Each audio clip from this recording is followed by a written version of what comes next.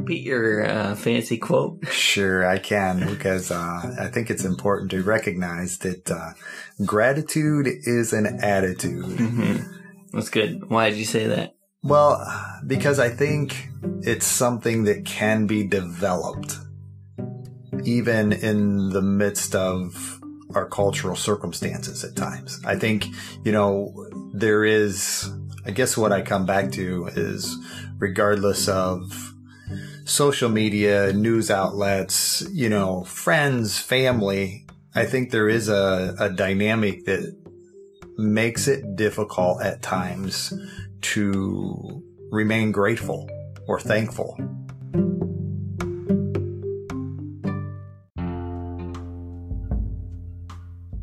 Welcome to How I See It with me, Mark Pratt, and Justin Sternberg. This is a podcast that works to counter cultural polarization through thoughtful conversations. And I think that is a choice that, in the midst of our circumstances where,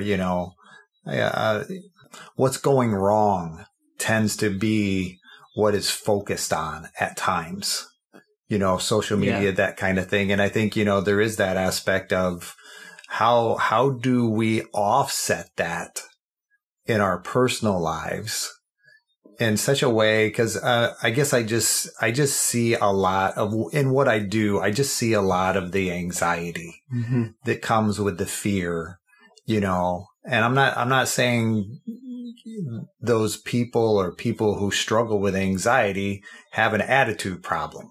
I'm not going there. And yet I can also recognize how when individuals make a practice or have a discipline of gratitude, it does kind of transform the way I view my life. There's a lot of research I didn't necessarily bring, but there's a lot of research, connected to, neuroplasticity and, and gratitude and those kind of things. And I think that can become a transformative attitude that we have. Your thoughts? Yeah, you mentioned science, and there's a science podcast I like to listen to sometimes called the Huberman Labs. I think I've referenced it before, but he actually talked about this once. He calls it a gratitude practice. Okay. And he talked about, he's a professor. He's super smart. I'm not going to list his credentials because I don't remember what they are, but they're pretty significant. And he kind of does these deep dive episodes on different aspects of our health. Okay. And so he did one on gratitude, and he called it having a gratitude practice is significantly impactful to your health and your mental health. And he talked about all the different ways, basically the chemicals and all these things. Sure. That are happening, the neuroplasticity that you mentioned, all these things. And so we can link to that in the show notes. But the point is, there is science to prove that gratitude is healthy. Sure. In so many aspects of our health, not just our physical health, but our mental health as well. And almost any practice of recovering, right? Whether it's recovery, like from addiction, or recovery in terms of counseling, recovery from trauma or whatever, involves some sort of gratitude practice, some sort of listing good and focusing on good, right? Yeah. In my experience, do you feel that way too? Yeah. I think we have to, and I think it's important to clarify, is gratitude isn't just a Pollyanna type thing, positive, thinking dynamic. You follow me? Yeah. That ignores all the bad. Right. And, but it's in spite of all that is negative or unhealthy, I can see that there's also good. And, and I recognize, it's not necessarily always, in people, and recognizing that God is good, in that process. And yet in the midst of this difficult circumstances, there are these silver linings, if you will, behind the gray clouds that we can tend to be able to see if we want to look for them.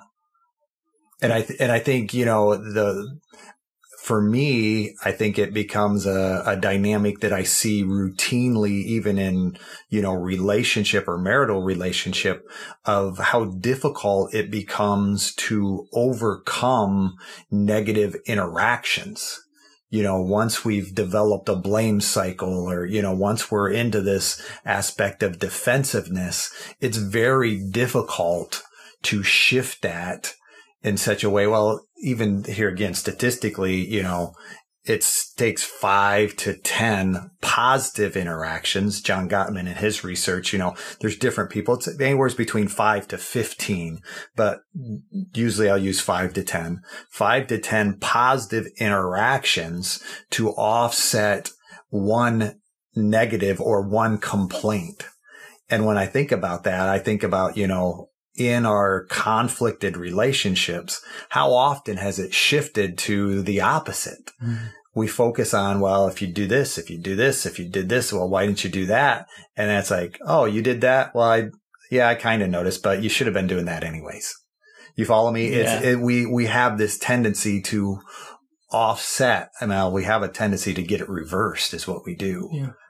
And we think we're going to improve something by focusing on the negative characteristics of it. Mm. And I think that's where gratitude comes into play. Yeah, it's good. When we're able to shift that in such a way that says, oh, wow, you mowed the lawn today. Thanks. I just noticed when I came in. Or, hey, thanks for doing the dishes. Or, hey, it was a good day. It was a long day, but yet there was a lot of good work that was done today, even in the length of it. I may be tired, but the tiredness was a aspect of blessing because of a good day of productivity or of sorts. Depending on, what you do for your living, I guess is where I'm coming from. Yeah.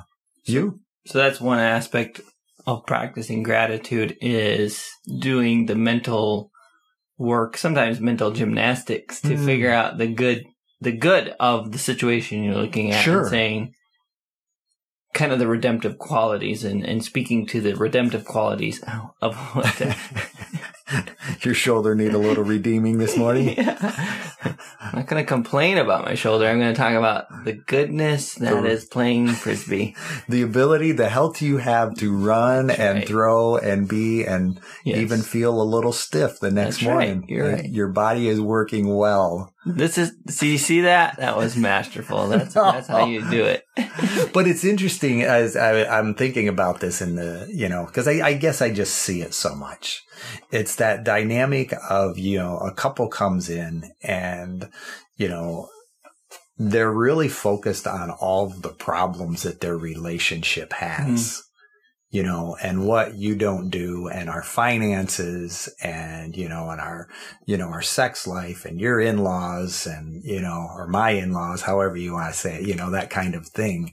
And it's become negatively focused. Mm-hmm. And it's interesting when you create a shift and you can just observe it. It's visible, tangible, even almost, when you say, okay, well, if this is the situation, what attracted you to this person in the beginning? Mm-hmm. Oh, well, they were caring, they were kind, and, and they really, seem to want to know where I am. I says, well, is that person still there?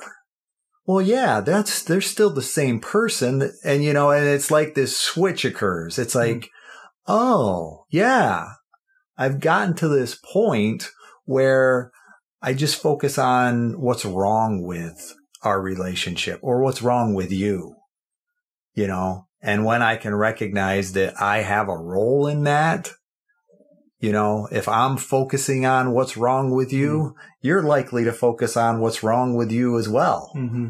Oh, and definitely in a defensive mode, you're going to start focusing on what's wrong with me. Mm-hmm. Oh, but you do I do, and then we don't even get to that point of saying, well, yeah, I did that, but you do this. Mm-hmm. That can be a cycle as well. Mm-hmm. But I think that that ability to reflect on the fact that, okay, yes, this is a stage, this is a cycle.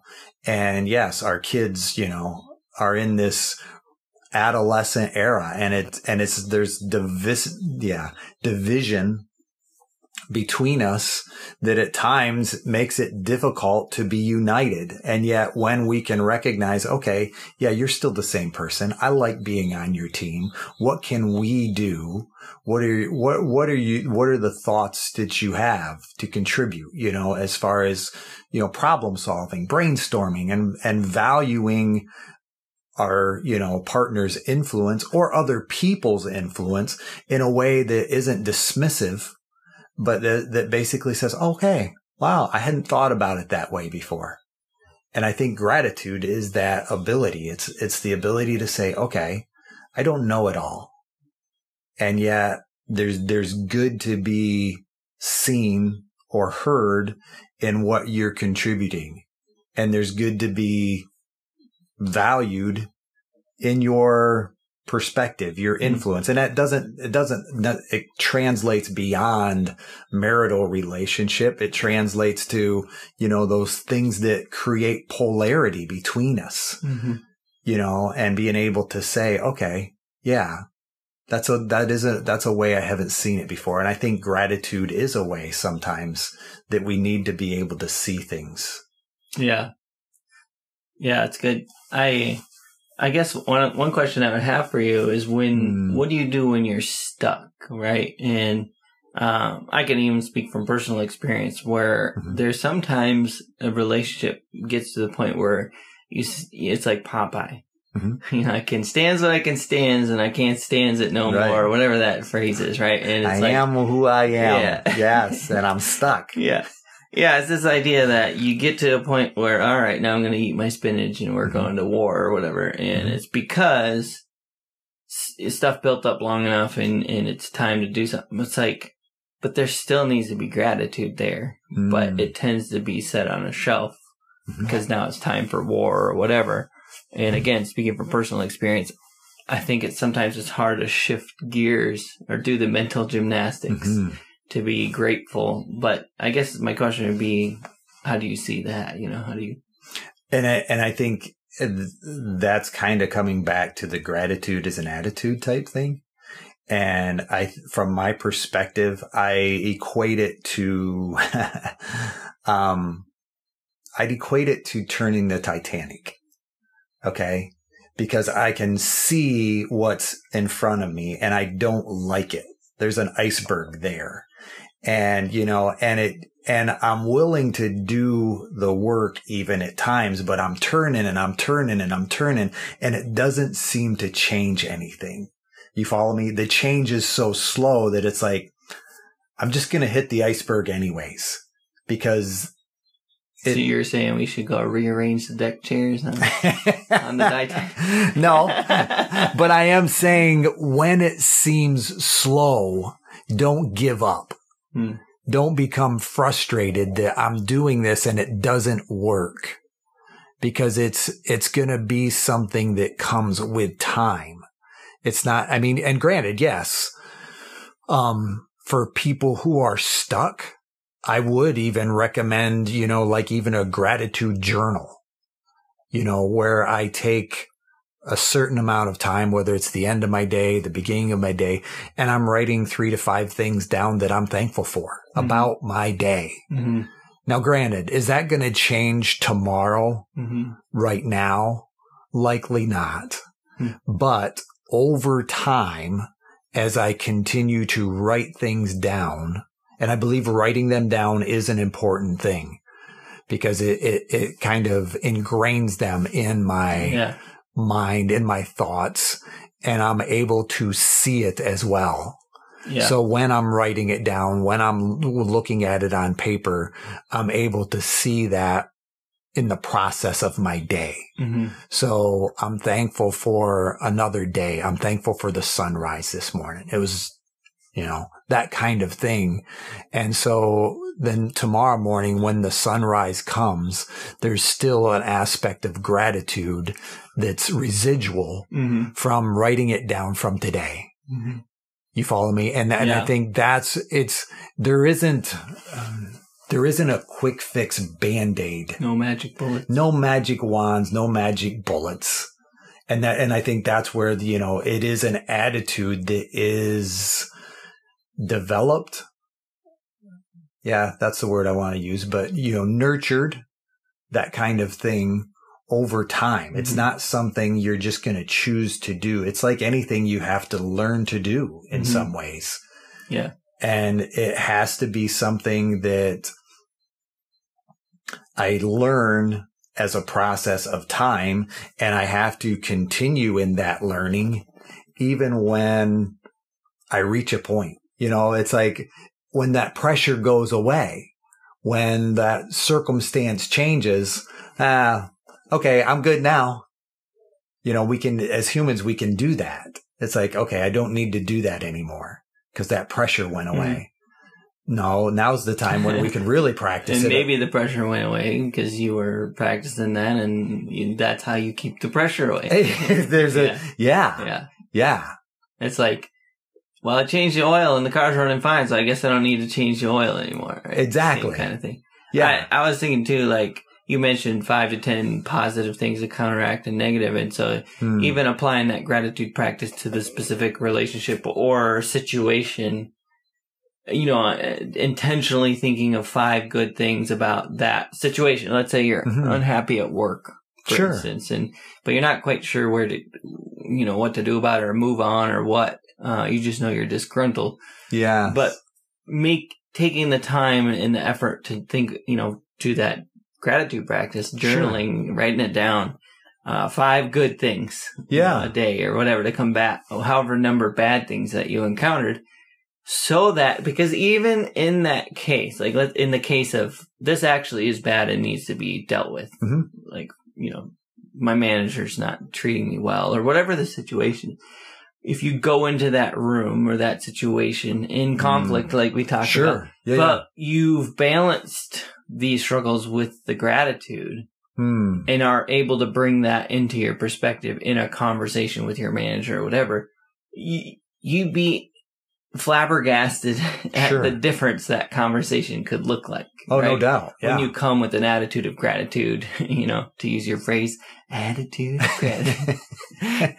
I think it can make a drastic difference when you walk up to your manager and say, we really need to talk. Here's some things I've been really thankful for here. And I just really love that we do this. And this is one of my favorite things about working here. Da, da, da.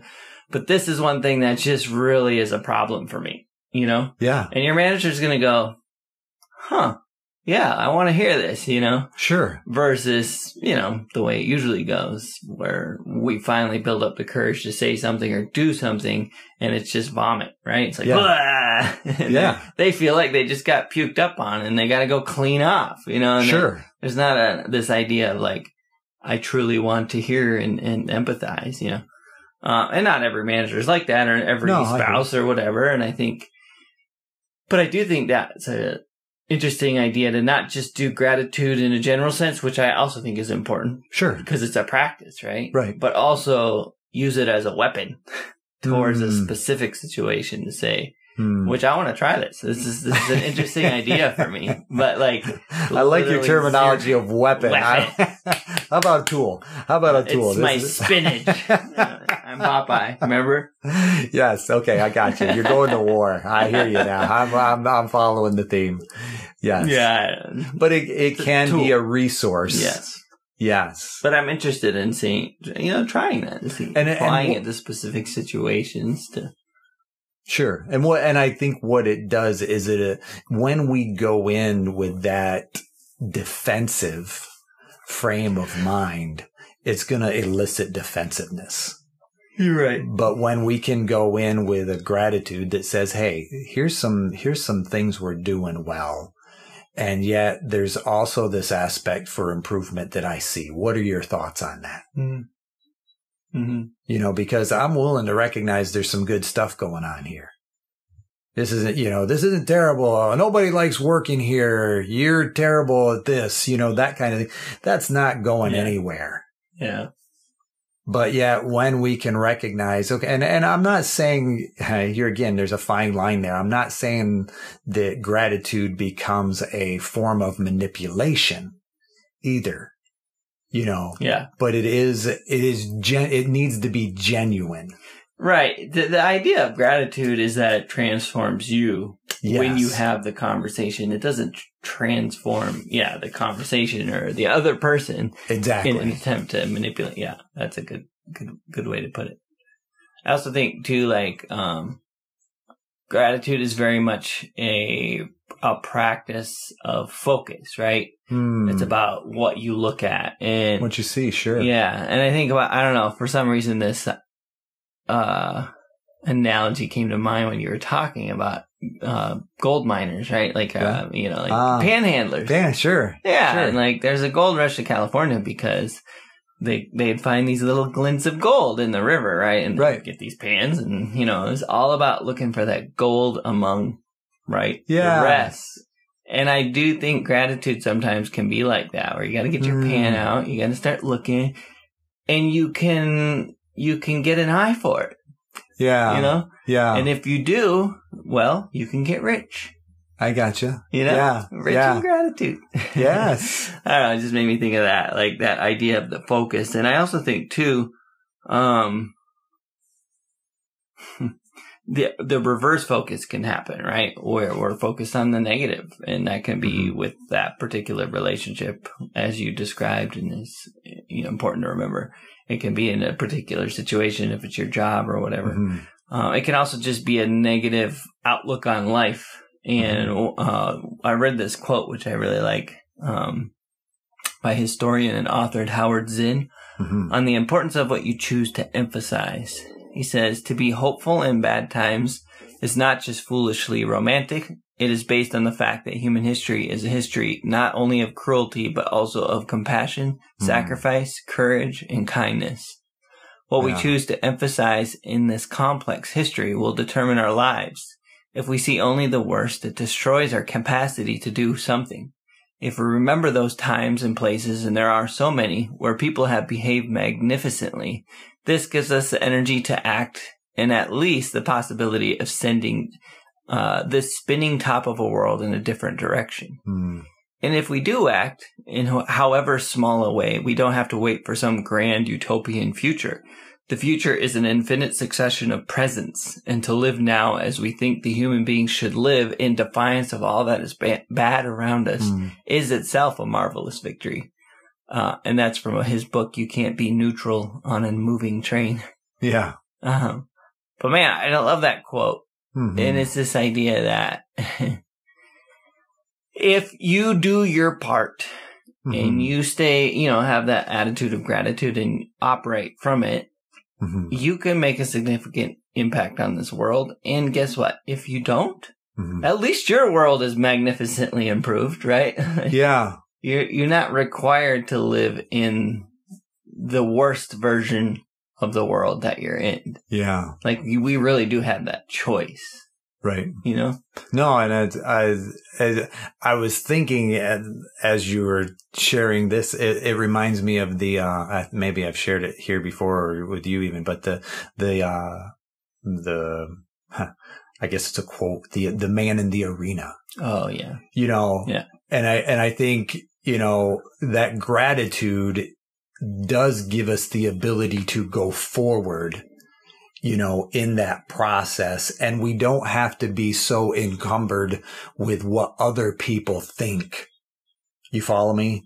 Or because it is the person who tried valiantly and may have even failed, but still continues, and how much better that is than just being the person standing on the sidelines as a spectator complaining. Mm-hmm. You follow me? Yeah. And I think those two kind of go hand in hand when I think about, it's easy to be a spectator and just complain and say, well, if you'd done that, I would have done this. Yeah.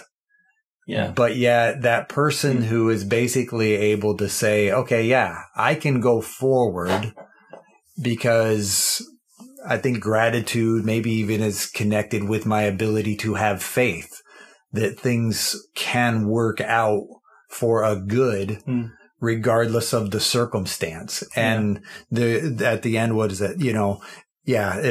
Human history is not only cruelty, but compassion, sacrifice, courage, and kindness. And we can demonstrate that when others would just want to complain about the circumstance.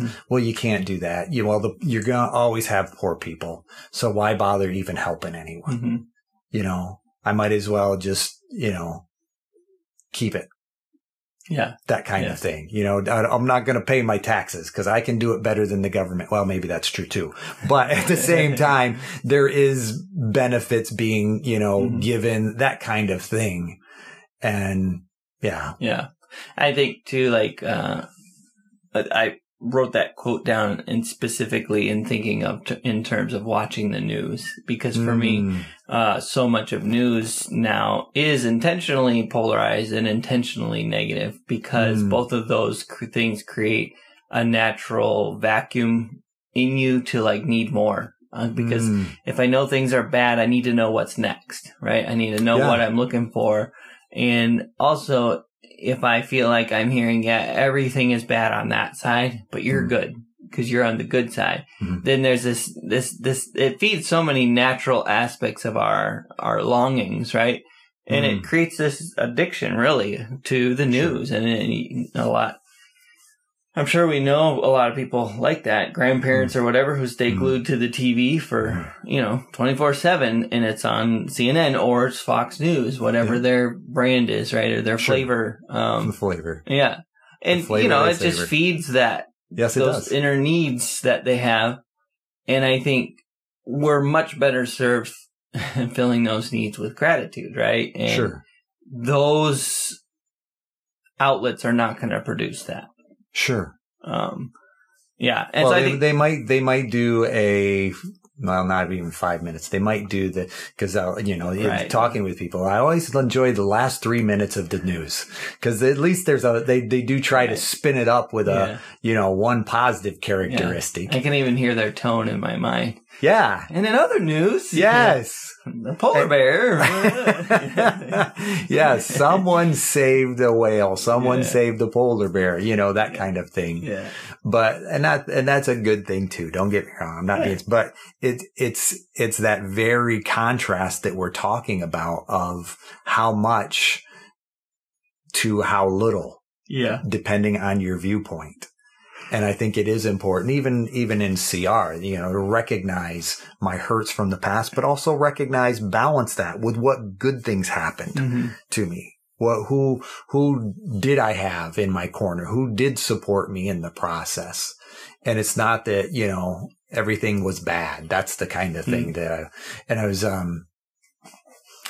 in that new, as you mentioned, the news feed too. I'm mindful of how when that becomes so focused, it's difficult to find other areas of common ground, because you hear the same talking point at times, to where at times you can tell where someone's coming from based on the talking points you hear. And I do value individuals and people who when I talk with them, I hear that balance in them. That basically, they're willing to acknowledge the talking point, and yet they're willing to also go to the other side. In other words, you can hear CNN and Fox in both sides of their speech and their ability to say, okay, and this is another source that I went to, and this is what, the Post said, and this is what the New York Times, and being able to say, okay, this person is actually pursuing truth, at a cost. They're willing to invest. And I think, when we're willing to go that extra mile to look for what is good, to recognize that, there's conflict. But even that has the ability to create intimacy and draw me closer to that individual when I understand where they're coming from. Yeah. And to try and, kind of pull this back into gratitude too, I think there is an aspect of recognizing, kind of like this quote said, that when you are fed a certain piece of information from a certain source, it's not the full picture. Yes. And there can be hope in that, right? Yes. There can be hope in that. They're saying this is happening, but at the same time, there's likely some intentional leaving out of certain parts. Sure. Which would make this feel a little less bad if I knew it. But they want you to act on this feeling bad or whatever. Yeah. The point is, there's reason to hope. There's reason to have gratitude that, okay, I know this isn't the full picture. Yeah. And, again, I don't think there's anything inherently wrong with the news if you're able to consume it in a way that is able to keep that balance with gratitude. I'm just not sure how you can feed on a steady diet of it and maintain gratitude. It's very difficult. Because it's very much in their best interest financially to get you to stop thinking from gratitude and from positivity and think negatively, because that's what brings you back.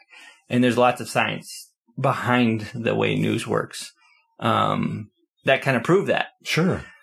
So while I have nothing against news, I don't watch it because I know what it does to me. It brings anxiety. It brings discouragement. Precisely. It brings so many things that are not healthy for me personally. And I know I'm a better fit in my world when I am not thinking from those perspectives of, I guess, dwelling on the negative. Sure. And gratitude is essentially the fighting back against that tide. Yeah. That's why I was using some of those, fighting words or whatever, because I do think it is a fight.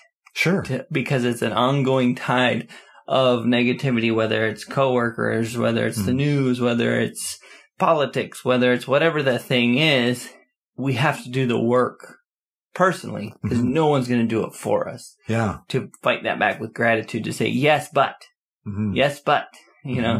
that may be true, but also this is true. Yes. That may be true, but also this is true. And if, coming from a perspective of a believer, we have, we believe in a God that is supremely powerful and in control. And even when negative things are happening on our planet, I never worry that he's missing this piece. And I can come back to that and have gratitude that I know he's got the whole world in his hands. Right? Yeah. And that might be naive to some people. And I would say, maybe. Okay. Try it. Yeah.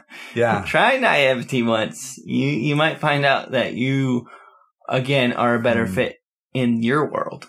Where you have a little bit of naivete towards all the negative, all the bad, and just have some blind hope, I think it's so easy to write that off as bad. And I would argue, maybe not. Maybe that's the better way. Maybe faith of a child, right? Is lauded. And the whole idea that having all this knowledge and knowing the ways of the world or whatever is going to keep you protected from it, it's just not accurate. Like, you know what I mean? Yeah. What are your thoughts? There's a couple. I was thinking about it when you shared, how things lead to, that focusing on the news leads to anxiety. And I would dare say, what we experience, this isn't a political statement, but I think what we experienced with COVID, this isolating, everyone staying home, and many people turning to, news and government and, news to find out what people were saying, that kind of thing. I think, it's no surprise that led to a tremendous amount of anxiety, culturally, and that's, and so, when I look at, politics and culture, we're able to see how some of these things just mesh together. They go hand in hand. They're connected. Yeah. Yes, they go hand in hand. And I was thinking about that, and I want to bring it back to that positive dynamic. It's, the ability to engage with other people and to, still have interaction, or the people that even in some ways chose to push the boundary, if I may say so, a little bit, tended to maintain a little more mental health dynamic because of that balance they were able to see. Yes, it's not that everyone is, if I may air quotes, everyone is going to die type thing. And yet, okay, yeah. And I'm hurt. I'm mourning the loss of my friends, my personal loved ones. And yet, I want to be safer. And yet I can recognize that if I go too far towards this focus, then I'm not able to see any of the positive. Everything becomes darker at that point. Yeah. And I think what you share, is a light. Our ability to have gratitude does become a light. Mm-hmm. And I think, even when, and I guess that's where I'm at is gratitude has the ability to shine a light in the darkness. Yeah. Where it just seems bleak, where it seems like I can hardly see my way. I don't know where I'm going. I don't know what to do. Gratitude becomes a light that helps me see through or in the darkness. And, I think there's it's not an accident that, from my perspective, Jesus compares himself, or God's word is a lamp unto our feet and a light unto our path. And it is that ability. And even, God himself says, enter my courts with thanksgiving and praise. Negative people, I'm not saying God doesn't love them, but it's like, that's not the way we enter God's presence. Door. Yes. And if you aren't, there isn't a negativity door. It's not door number one and door number two. I mean, maybe. Yeah. I think if you complain to God, he certainly can hear you. No, I agree. I agree. Say that, but yeah. But there's an aspect of entering his courts. There's a benefit, if I may, that basically says, okay, yes, there's a reason the model prayer starts with holy is the name, that kind of thing, to where I'm thinking about things in a way that lifts God up, lifts other people up. I think that's even can be a part of his kingdom on earth when we're able to see what is good. And go ahead. Well, you made me think of the Elijah or Elisha, where Elijah came first. Yeah, I just don't remember which one it was, but they're camped, and he has a servant with him. Yes. All of a sudden, there's an army surrounding them, and they're supposed to take him back to the king, and it's not going to be good things for them, right? And the servant is just shaking in his boots, and Elisha or Elijah, I think it's Elisha. You were going to say Elijah. I'm with you on Elisha. The servant's name began with an A. Yeah. Yeah. He's the guy that, I know. This is how we see it. Good luck finding this. This is a little loosely interpreted, but it can generally be found in a specific area of the Old Testament.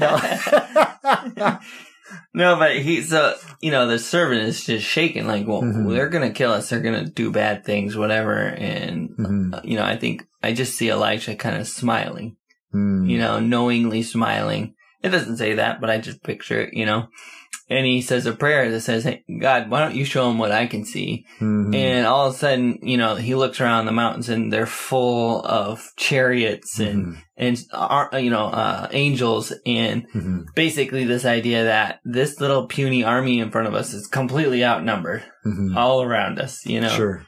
And so whatever's going to happen is fully in control, and it's this idea of the thing about that story that I love is it didn't remove the truth in front of them. Sure. Right? The army was still there with bad intent. Yep. It just changed the perspective of where the control was. And I think that was so important for me during COVID. Because in some senses, you had to pay attention to the news in order to know when can I leave my house, in order to know when and where do we get vaccines if you're, up for that or whatever. Just various things. You had to kind of be paying attention. You really didn't have to be glued to it. No, I hear you. It was very slow moving, so you could find out pretty easy. But the point is, you had to have some sense of what was going on.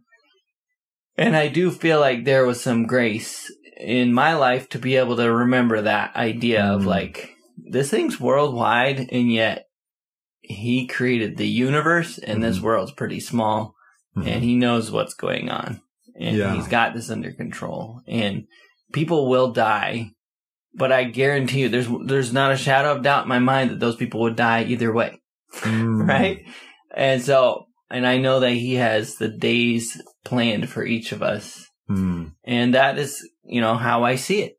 Yeah. And being able to look out and go, yeah, there's a whole army of angels camped around us and this thing's under control was very important for me during those times when if it wasn't for that, it felt like things were completely out of control and like, this is unprecedented, right? Yeah. Like, the whole world's on lockdown and we don't know if we can go outside, and does this thing carry on the wind? And it's like all these questions. And yet for me, there was definitely a comfort and a gratitude in knowing that there was a higher power at work. You know what I mean? Sure. There's a greater plan than just what I'm seeing. Yeah.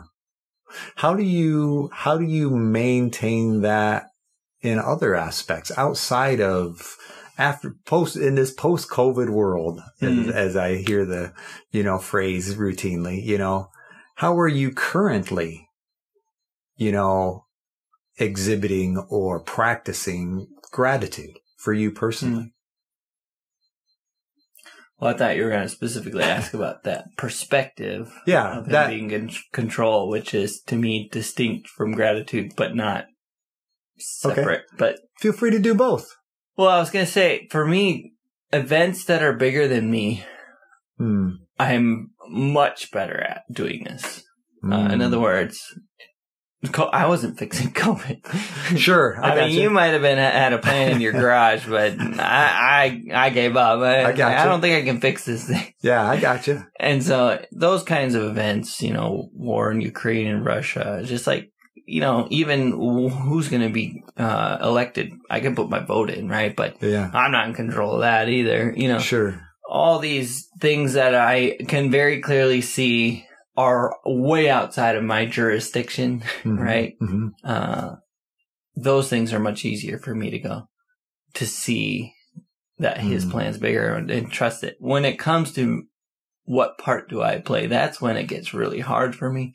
Because I know he's in control, but I also know I have a part to play, and it's hard for me sometimes to figure out what that is and to know what I'm supposed to do, and then worry about, like, did I do the right thing? Am I doing the right thing? Do I need to course correct? Kind of that whole thing. So that's kind of a separate thing from what you asked, but I do think that's a distinct difference from some of those global things that are easier for me than, And then, but as far as gratitude goes, I mean, I definitely journal. Gotcha. As often as I can. It used to be pretty daily, but I'd say it's more like a couple times a week kind of thing at this point. But for me, a big part of that is gratitude, is that refocusing on the good things in my life, but more specifically through the lens of his provision and what he's doing in my life. And even the negative, to see, I see that maybe you're doing this in me, you're breaking down this part of me that's not so good, or, stuff like that. You're creating discomfort at times. Right. And yet I can still see that there's a benefit for me in that current discomfort. Yeah. And back to what you were saying about writing things down or journaling or whatever, writing gratitude. For me, I've always pictured it as when you're writing, whether it's with a pen or paper or, typing on a keyboard, if you're so inclined, because I know some people think better that way. It's all about channeling all the thoughts in our brain into a single point on a piece of paper or a single letter on the computer, right? Where it forces us to focus. Sure. And focus is really what we're talking about when we're talking about gratitude, right? Yeah. So it's an intentional focused practice. Sure. On gratitude, Yeah. Yeah. No. What about you? Yeah, very much so. Post-COVID, gratitude practices. Post-COVID gratitude. The journaling is definitely a part of it for me. Mm-hmm. As far as it's just my own personal practice. If I'm writing out, my prayer or my journal in the morning, I'm definitely focused that the first 5 sentences at least are going to be thanking God for something he's done, for, provision, for family, for circumstances, those things. And to where that, like you're saying, I'm mindful of the things that I have, the blessings I'm given, before I just break into and by the way, I want, that kind of thing. Because I think it transforms my perspective to be able to see the blessings that I do have already, and the fact that I can be content right now versus being able to say, well, I just can't live without, and I need you to do that. And would you, that kind of thing. So yeah, that's just a personal thing for me. Can I put you on the spot with a question? Of course. What's your distinction between contentment and gratitude? Is there one? Is there a difference between contentment and gratitude? I believe that, yes, there is a difference, but I think it's very subtle. In other words, gratitude has is the aspect of being grateful for what I do have currently. And I think that helps create contentment. When I'm able to recognize what I have right now is sufficient. You follow me? And I think in some ways that is counter to anxiety. Because when I am content, I'm not living in scarcity. And scarcity says, well, how do I get that? How do I get mine? Who's going to provide it? What do I need to know, if the other shoe falls, and I think in some ways that thinking is driven by scarcity. When I don't think I have enough of anything, any one thing or multiple things, and it's my responsibility to generate it.